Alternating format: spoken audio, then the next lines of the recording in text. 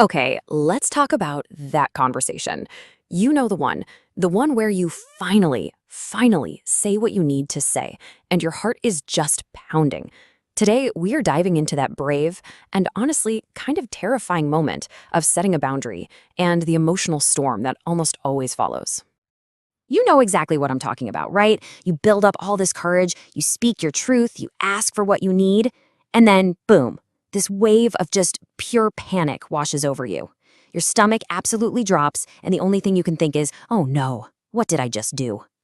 So that's what this is all about. We're going to get into why this happens, what that emotional fallout really feels like, and, most importantly, how you can navigate that storm without immediately backtracking.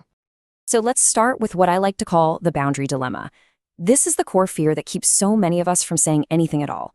You know, a boundary is really just the line you draw to protect yourself. It's where you end and another person begins. Simple, right?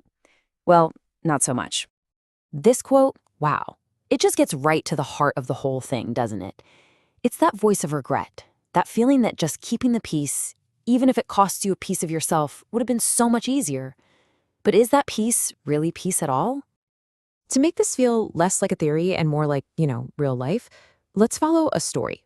We're going to look at the experience of someone we'll call Afe.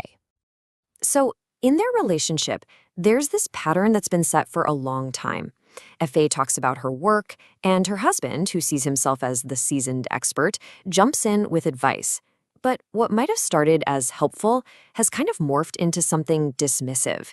He's constantly shutting down her ideas, basically telling her his way is the only way. And, this kind of thing builds and builds until it hits a breaking point. It's that one comment, that one, I told you so, that just feels like the last straw. And Afe just sits with that feeling, that discomfort, and realizes, nope, this can't keep happening. So she does everything right, She waits until things are calm, she's gentle, she clearly states her need. Hey, I need you to respect my professional judgment. So how does that go over? And there it is. Not understanding. Not, oh, I see.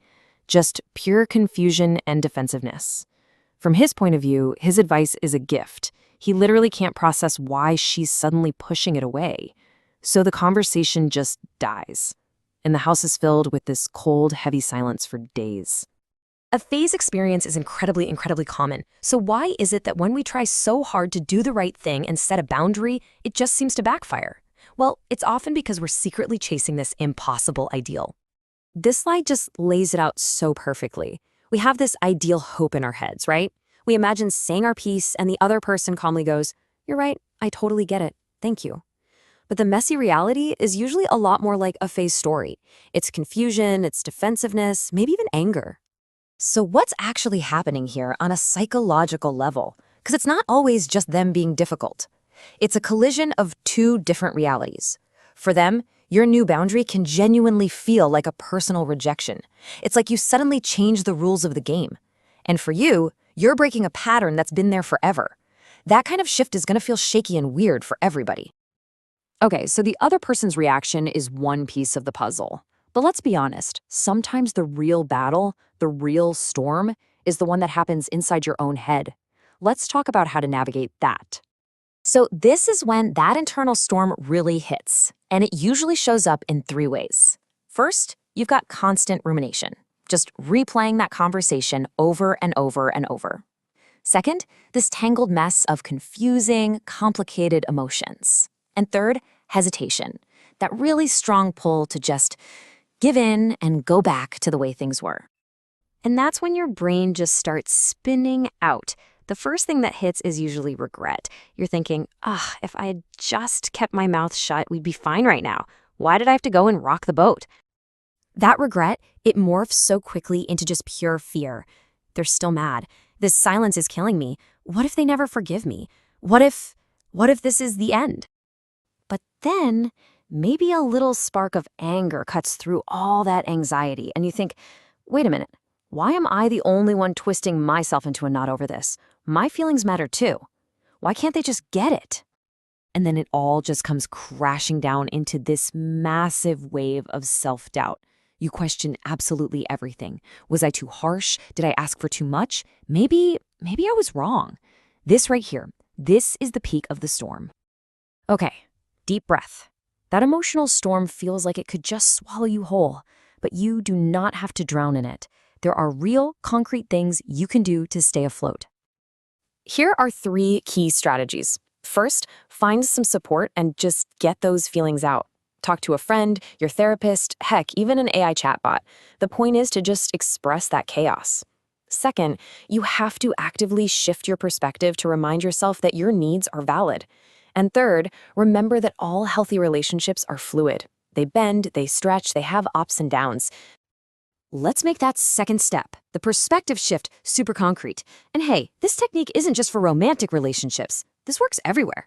Take this example of Sholing, who had to cancel a vacation because of a super rigid rule at work. At first, her gut reaction was just, well, the rule's the rule, I feel bad for even asking. But then she did this exercise where she consciously shifted her perspective. She imagined herself as the leader. And from that viewpoint, she realized that a fairer, more balanced solution was totally possible. That little mental trick validated her feelings and proved to her that her needs were absolutely reasonable. So, after all this, what does it all mean for our relationships? How are we supposed to think about these moments of conflict and tension? I really, really love this metaphor. Think about it. A long-term relationship is like a duet. You both know the steps, the rhythm is comfortable, it's familiar. When you set a boundary, you're not trying to end the song. You're just saying, hey, can we try a new rhythm? This old one isn't really working for me anymore. And yeah, it's going to be awkward at first. You might step on each other's toes. But that messy, awkward process of finding a new rhythm together, that's the thing that keeps the dance going. That period of adjustment, it isn't a sign that things are failing. It's a sign that the relationship is alive, that it's growing and evolving. It's the very thing that makes it stronger. The question isn't if you'll need to find a new tempo, it's how you'll do it. So what new rhythm are you ready to create?